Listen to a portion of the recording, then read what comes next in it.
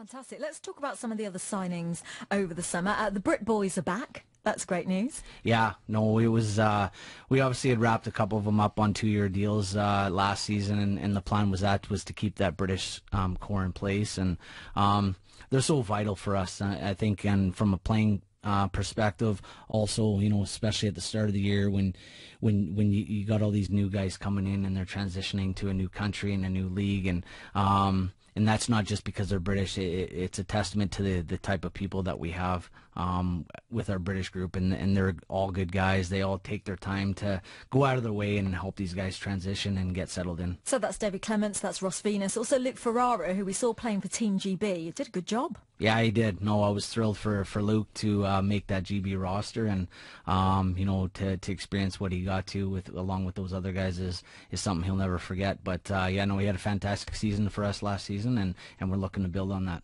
And some of the other guys coming back. Justin Hache back playing for us. A lot of fans will be pleased with that one. Yeah, I know. Hash was very good for us last season. His season got a little bit disrupted by a couple injuries, unfortunately. But when he was playing and he was healthy, he was very, very good for us, and kind of a top pairing defenseman that any team wants on the roster. So obviously coming back, keeping him healthy. I mean, it was key to get a couple imports back as well. We would have liked to have gotten more, but sometimes these things don't work out, combination of guys retiring, guys moving on, and us making different decisions as well. So, but getting Hash will be big for us. Now, a lot of talk on social media amongst the fans talking about Jake Hansen, who played for us last year, unfortunately had that ankle injury quite early on in the season. A lot of fans said, didn't he owe us? Shouldn't he have come back? Well, it's not so simple sometimes. These guys got short careers, and Jake, I don't think has the desire to play that much longer, so right. Maybe one more year. So I think he was going to try and maximize what he could do, maybe not just from a money standpoint, but experience-wise, and do something different. So, listen, it's a business at the end of the day from our end and from their end, and like I said, these guys have short careers now, and they're going to maximize their experiences and how much money they make sometimes. So, can't blame him. Best wishes to him. Yeah. Well, in terms of netminder, that's the question that all the fans keep asking. Any news on that? What can we you don't tell have us? Any news yet, no. But we've gone through a lot of names. I think after our goaltending situation last year, I think we're being very selective on who we bring in, and we have targeted a few goalies that just for whatever reason hasn't worked out. We've lost to rival competition, to other leagues in Europe. So. We've got a team for 20 years now, and we've always started the season with a starting netminder. So, of course. But no, I think it's vital for us to find the right guy and make sure we got a guy in there that's going to help us win hockey games. Listen, there's plenty of time yet. What can you tell us about the other new signings?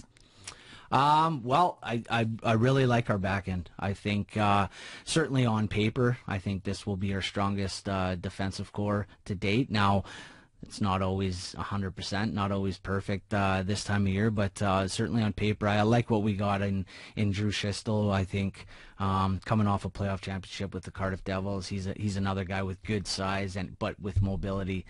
We wanted to get bigger, a little heavier back there, but we didn't want to lose our mobility back there, so he helps us with that. Justin Hamonic is a beast. I mean, he's 6'4". He's built like a machine, and he plays heavy and hard, and not a guy that's certainly going to go looking for fights, but a guy that can take care of himself and be tough to play against.